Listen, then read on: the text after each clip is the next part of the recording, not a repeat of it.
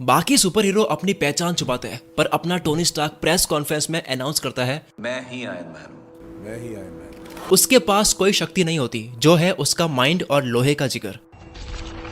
लोहे का जिगर। टोनी स्टार्क एक तरफ दुनिया को बचाने वाला तो दूसरी तरफ उसकी कॉर्पोरेट इमेज होती है। लेकिन अगर आप रियल वर्ल्ड में देखोगे तो जितने भी कॉर्पोरेट लीडर्स हैं वो काफी हम्बल होते हैं। लेकिन वही दूसरी तरफ टोनी स्टार्क का एटीट्यूड हम सब जानते हैं। जीनियस, करोड़पति, रोमियो, समाज सेवक। टोनी स्टार्क के लिए मैटर नहीं करता कि सोसाइटी उससे क्या करवाना चाहती है, गवर्नमेंट क्या चाहती है, बस उसके लिए या तो हिज वे या नो वे। तो जो आपको चाहिए जनाब, वो आपको नहीं मिल सकता। हम सबको भी थोड़े इसी अनकन्वेंशनल बिहेवियर की जरूरत है, क्योंकि यही भीड़ में आपकी पहचान बनाता है। टोनी स्टार्क का ये एटीट्यूड सीखना जरूरी है, क्योंकि टाइप सी केवल चार्जर नहीं होता है, बल्कि लोग भी होता है। उसके दिमाग में जो भी होता है वो बिना फिल्टर करे बोलता है। जहां तारीफ करनी होती है वो अप्रिशिएट करता है, कोई गलत है तो सीधा मुंह पे बोलता है। वो आदमी उधर वीडियो गेम खेल रहा है, उसे लगा मैं पता नहीं चलेगा और मैं चल गया। आपके पास में दो ऑप्शंस होते हैं, या तो आप बुरा लगवाकर सामने वाले को सच्चाई बता दो, या तारीफ करके उसको भ्रम में रख लो। ये था रूल नंबर 1, बी अनकन्वेंशनल। इसी तरह के और भी दुनिया पर राज करने वाले रूल्स आप जानने वाले हो।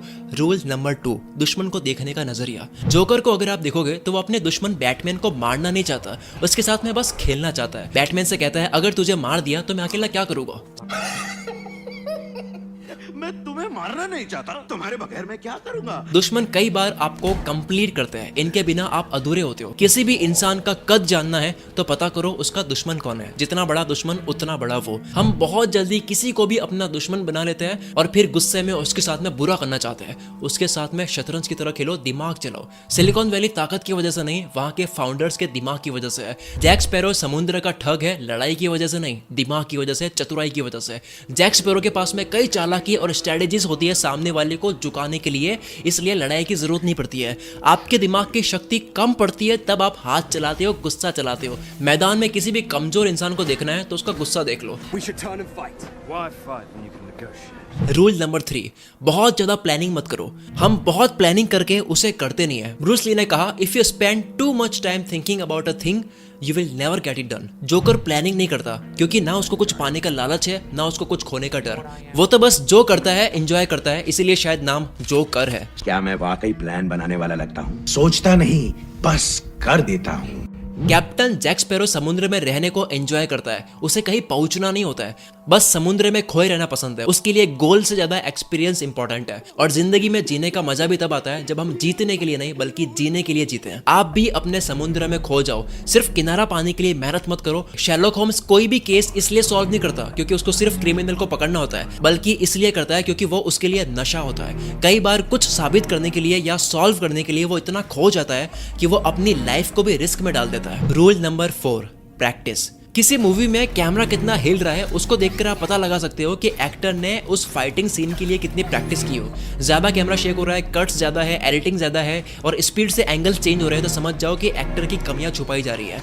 जॉन विक मूवी को देखकर लगता है कि जैसे रियल में वो फाइट कर रहा है। आप बिहाइंड द सीन्स वाली वीडियो देखो, लग रहा है कि एक्टर कितना प्रिपेयर्ड है। कियानो रीव्स ने इस मूवी के लिए रियल फाइटिंग प्रैक्टिस की, इसीलिए जॉन विक इतना रियल लगा और आपका भाई शकील का फेवरेट बना। Rule number 5, be a man of focus. John Wick को खतरनाक बनाता है उसकी ये पर्सनैलिटी कि वो सिर्फ गन की प्रैक्टिस नहीं बल्कि मामूली चीज को भी वायलेंट तरीके से यूज कर लेता है। पेंसिल से मारना हो, बुक से हो, कार ड्राइव करके मारना हो या केवल हाथ से, वो कभी भी नियत्ता फील नहीं करता है। आप एक चीज की, 2 चीज की, 10 चीज की प्रैक्टिस कर सकते हो, आप हर चीज की प्रैक्टिस नहीं कर सकते। यहाँ काम आती है आपकी प्रेजेंस ऑफ माइंड। आपका उस स्थिति पर कितना ध्यान है और इसकी आपने कितनी प्रैक्टिस की है। कैसे फ्रैक्शन ऑफ सेकंड में मौके को अपने फायदे के लिए यूज कर सकते हो। जिंदगी हर बार सिलेबस से बाहर सवाल देती है, आप जो प्रैक्टिस करते हो वो नहीं आता है। इसलिए फोकस को बढ़ाओ और फोकस को बढ़ाने के लिए आपको अपने सारे सेंसेस को एक्टिवली यूज करना होगा। हमारे पास 5 सेंसेस है पर हम सबसे ज्यादा आंख पर ही डिपेंड होते हैं। शेरलॉक होम्स हर वक्त अपने सारे सेंसेस की एबिलिटी को यूज करता है, यानी हर वक्त अवेयर होना। जो भी आप सेंस करते हो, चाहे स्मेल हो, टेम्परेचर हो, नॉइस हो या साइट हो, जब आप पूरी चेतना से इंफॉर्मेशन को कलेक्ट करते हो तब आप डिटेक्टिव की तरह डॉट्स कनेक्ट करते हो। शेरलॉक होम्स बहुत ही साइंटिफिक अप्रोच रखता है। उसे इंसान के इमोशंस बट सर्वाइवल स्ट्रेटेजी लगती है। उसे मजा आता है ब्रेन वर्क में। ये दिमाग चलाए बिना रह नहीं सकता। एक इंसान नशे में हाई रहना चाहता है,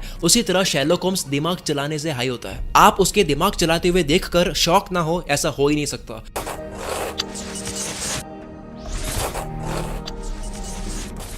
शेरलॉक जब पहली बार क्राइम के बारे में सुनता है तो ऐसा नहीं है कि वो सीधा दिमाग चलाने लग जाता है। वो क्लाइंट्स को सुनता है, फिर भेज देता है, उसके बाद वो कुछ नहीं करता है। कई दिनों तो वो किसी से बात तक नहीं करता है, अपने दिमाग में सारे डॉट्स कनेक्ट करता है और जहाँ जाता भी है या जिससे मिलता भी है, जो भी वो करता है हर चीज को उसी से जोड़ने की ट्राई करता है। और ऐसा हमारे साथ होता भी है, जब हम कुछ खोज रहे होते हैं तब हमें हर जगह वही मिल रहा होता है, तब छोटी से छोटी चीज आपको जवाब देने लगती है। और यहाँ पर लियोनार्डो दा विंसी भी कहते हैं कि ये दुनिया ठीक से समझोगे तो आपको सब कुछ एक दूसरे से कनेक्टेड मिलेगा। रूल नंबर 6, बी अनप्रेडिक्टेबल, लोगों के समझ मत आओ। जोकर के लिए पास्ट, प्रेजेंट, फ्यूचर तीनों इंसानों के बनाए हुए मीनिंगलेस कॉन्सेप्ट है। जोकर को देखकर पहले क्या था, आगे क्या बनेगा, यह बताना मुश्किल है और शायद यही चीज आपको शक्तिशाली बनाती है। जोकर जब भी अपने पास्ट की बात करता है तब आप श्योर नहीं होती हो कि वो सच बोल रहा है। वो जब भी अपने फेस के कट की कहानी बताता है तो हर बार सामने वाले इंसान के अकॉर्डिंग नई कहानी बताता है। जैसे एक बार उसके फादर ने वो गाँव दिए थे, जानना चाहोगे कि ये जख्म मुझे कैसे मिले? मेरे पिताजी वो मेरे मुंह में चाकू घुसा देते हैं। तो कई बार अपनी वाइफ को खुश करने के लिए खुद से ही इसने कट करा था। जानना चाहोगी ये मुझे कैसे मिला? तो मेरी एक बीवी थी। आपके दिमाग में क्या चल रहा है ये लोगों को पता चल जाता है, तब आप हल्के और कम इंटरेस्टिंग बनते हो। जॉन विक मूवी शुरू होते ही हमें दिखता है कि लोग कितना डरते हैं जॉन विक से, इसलिए हमें जानना होता है कि जॉन विक का अतीत कैसा रहा होगा। और जॉन विक का हर एक्शन भी हमारे लिए काफी हद तक अनप्रेडिक्टेबल होता है, जिसे हम प्रिडिक्ट नहीं कर पाते हैं। वैसे इस रूल को एक और कैरेक्टर फॉलो करता है, वो है मनी हाइस्ट के professor. Rule number 7, self control. एक एबिलिटी बैटमैन को पावरफुल बनाता है, वो है उसका खुद पे कंट्रोल। हमारे अंदर जो भी इंपल्सेस आती है उसको रोकना बहुत मुश्किल होता है, फिर चाहे वो गलत हो या फिर उसको करने के बाद में हमारी वैल्यू गिर रही हो। बैटमैन कई बार चाहे तो जोकर को मार सकता था और उसका मन भी था, पर सेल्फ कंट्रोल करा क्योंकि वो उसकी वैल्यू सिस्टम में नहीं था। और इसी वजह से पुलिस कमिश्नर गॉर्डन बैटमैन पर ट्रस्ट करता है, क्योंकि उसे पता है कि बैटमैन गुस्से में कोई भी गलत एक्शन नहीं लेगा। रूल नंबर 8, डर आपसे तैयारी करवाता है। डर को ध्यान से देखोगे तो आपको मिलेगा कि उसमें कुछ पाने की चाह होती है। जिस गुफा से आप डरते हो उसी में वो खजाना होता है जो आप ढूंढ रहे होते हो। बचपन में ब्रूस वेन जब कुएं में गिरता है तब बैट्स को देख लेता है, तब से एक फोबिया या डर पैदा हो जाता है बैट्स को लेकर। लेकिन ब्रूस एक दिन बैट्स के डर का सामना करता है, तब पता चलता है कि वो जो करना चाह रहा था उसका जवाब इसी डर में था, यानी कि बैटमैन। अब एक डर ऐसा है जो काफी जरूरी है जिंदगी में आगे बढ़ने के लिए, वो है मौत का डर। No one wants to die. Even people who want to go to heaven don't want to die to get there. Batman का मेरा यह फेवरेट सीन जिसको मैं 100 बार देख चुका हूँ। इस सीन में बैटमैन उस कुएं में इतना बड़ा जंप तभी लगा पाता है जब वो बिना रस्सी के ट्राई करता है, क्योंकि तब मौत का डर होता है। सारे मार्वल कैरेक्टर्स में सबसे ज्यादा डर टोनी स्टार्क में बताया गया है। पहला आयरन मैन का शूट भी तब बनाया था जब टेररिस्ट ने कैद कर लिया था, तब वहां से फाइट करके निकलना था। आयरन मैन 2 में उसके शरीर में लगे पैलेडियम के जहर फैलते वक्त भी टोनी स्टार्क के अंदर डर दिखाया जाता है उसके मरने का, तभी वो उसके ऊपर काम भी करता है। इस बीमारी का इलाज फौरन नहीं हो सकता। और भी कुछ बुरा करना है क्या? टोनी स्टार्क का डर उससे मेहनत करवाता है। फर्स्ट एवेंजर्स मूवी में न्यूयॉर्क अटैक के बाद में उसका डर और बढ़ जाता है और उसे लगता है कि जिस तरह से नई नई बड़ी बड़ी प्रॉब्लम्स आ रही है तो एक दिन वो हार जाएगा, उसके पास में इनफ हथियार नहीं है। इसी वजह से एवेंजर्स फर्स्ट के बाद में आयरन मैन 3 में उसको डरावने सपने भी आते हैं, बेचैनी बढ़ जाती है, जिसकी वजह से वो 72 घंटे काम करते हैं उस एक दिन फाइट करने के लिए। सर, मैं आपको याद दिला दूं कि आप पिछले 72 घंटों से सोए नहीं हैं। और इसी डर की वजह से हम हर पार्ट में उसको खुद को अपग्रेड करते हुए देखते हैं, अपने एआई रोबोट को, अपने शूट को, अपने हथियार को या फिर अपनी बिल्डिंग को। टोनी अपनी टीम को अलर्ट भी करता है। वहाँ दूसरी दुनिया में जो है वो सबसे बड़ा खतरा है, हम उससे कैसे जीतेंगे? हाँ? डर आपसे काम करवाता है, चाहे वो एग्जाम हो, चाहे एक दिन पैसा ना होने का डर हो, हेल्थ खराब होना हो, एक्सेट्रा। रूल नंबर 9, अपने शब्द बर्बाद मत करो। आप क्या हो, क्या कर सकते हो, क्या करने जा रहे हो, आपके एक्शन से लगना चाहिए। जॉन विक को देखकर लगता है कि वो हंट करने के लिए जा रहा है और उसे अब मारना है तो बस मारना है। उसका भयानक मॉन्स्टर एक्टिवेट हो चुका है, अब वो बैक स्टेप नहीं लेगा। सबको पता है जॉन विक अपना कमिटमेंट पूरा करके ही रहता है, इसलिए योसेफ जब जॉन विक के पैट को मार लेता है और उसके कार को भी लेकर आ जाता है, तब उसके फादर विगो इतने बड़े रशियन क्राइम बॉस और तरासो फैमिली के हेड होने के बावजूद अपने बेटे से बोलते हैं कि जॉन विक किसी भी तरीके से तुझे ढूंढकर मार ही लेगा, तुझे पता नहीं तूने क्या कर दिया है। John is a man of commitment. John Wick की ये इज्जत एक्शन से बनी है, शब्दों से नहीं। कई बार तो वो कुछ भी नहीं बोलता है। रूल नंबर 10, मैदान में तालियां और शोर सुनने के लिए आपको अकेले में शांति में खपना होता है। टोनी स्टार्क का कूल तरीके से चीजों को हैंडल करने का अंदाज ही उसे स्ट्रांग बनाता है। सॉरी जो भी हो तुम, आज पृथ्वी का शटर डाउन है। कहो कि तुम मुझसे रहम की भीख मांगने वाले हो। मेरा इरादा तो तुमसे भीख मंगवाने का। मूवी में टोनी स्टार्क की 2 साइड्स दिखाई गई है, एक रिचेस्ट बिजनेसमैन और दूसरा आयरन मैन। पर एक और साइड है जिसे काफी कम शो करा है, वो है जब वो खुद को अपग्रेड करता है, यानी मैकेनिक वाली साइड। आप एक मैकेनिक है ना? हाँ, तो फिर कुछ बनाते क्यों नहीं? टोनी को हर चीज खुद से बनानी होती है, चाहे वो डिजाइन हो, चाहे वो इंजीनियरिंग हो या फिर कोई खोज करनी हो। मुझे याद है तुम हर काम अपने आप करते हो। वो अकेले में काम करने में इतना खो जाता है कि उसके शरीर में लगे पैलेडियम की वजह से जहर फैल रहा होता है और उसकी हालत खराब हो रही होती है, तब भी वो काम करता है। उसे हर वक्त गैराज में रहना पड़ता है, जिसकी वजह से वाइफ के साथ में रिलेशन भी खराब होता है। हार्डली कभी वाइफ के साथ में सोते भी है, तब ये हो जाता है।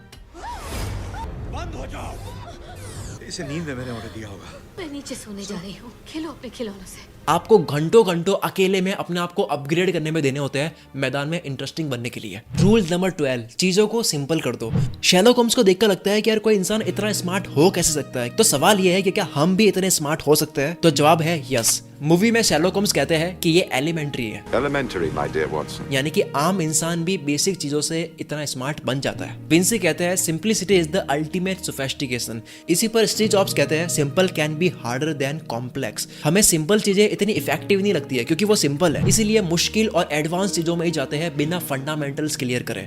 असली जिंदगी के आयरन मैन इलॉन मस्क ने इंटरव्यू में कहा है कि वो फर्स्ट प्रिंसिपल को यूज करते हैं किसी भी चीज के तह तक जाने में, उसके फंडामेंटल्स समझने में। जब बात रॉकेट की आई तो इलॉन मस्क ने पूछा कि रॉकेट किससे बनता है, तो जवाब मिला aerospace grade aluminium alloys plus कुछ टाइटेनियम, कॉपर और कार्बन फाइबर। फिर सवाल करा कि मार्केट में या कितने में मिलते हैं, तो जवाब मिला कि रॉकेट की प्राइस से ये मटेरियल्स 2% की प्राइस पर मिलते हैं। तो $मिलियन खर्च करने से अच्छा है इन्होंने खुद की कंपनी बना दी, सस्ते में माल को खरीद लिया और रॉकेट बिल्ड कर दिया, कंपनी बन गई स्पेसएक्स। ये था फर्स्ट प्रिंसिपल। एडवांस में जाते जाते फंडामेंटल्स, बेसिक रूल्स मत भूलो। रूल्स करते रहते हैं, बेसिक रूल भूल गए। चीजों को सिंपल रखो, सब सिंपल ही होता है, हम उसको डिफिकल्ट बना लेते हैं। रूल नंबर 13, सवाल करो। जीनियस होने का मतलब जवाब देना नहीं बल्कि सही सवाल करना है। जो सवाल नहीं करता वो केवल याददाश्त पर ही भरोसा करेगा। किसी भी खोज के तह तक जाओगे तो उसका कारण आपको एक सवाल मिलेगा।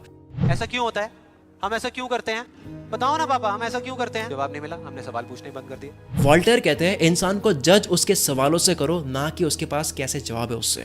शेरलॉक होम्स के दिमाग में हर वक्त सवाल होते हैं, वो सिर्फ सवालों से ही अपने डॉट्स कनेक्ट कर पाता है। हम सबकी 1 सेकंड की दूरी पर गूगल है, पर पता है सबसे ज्यादा फायदा इसका कौन लेगा?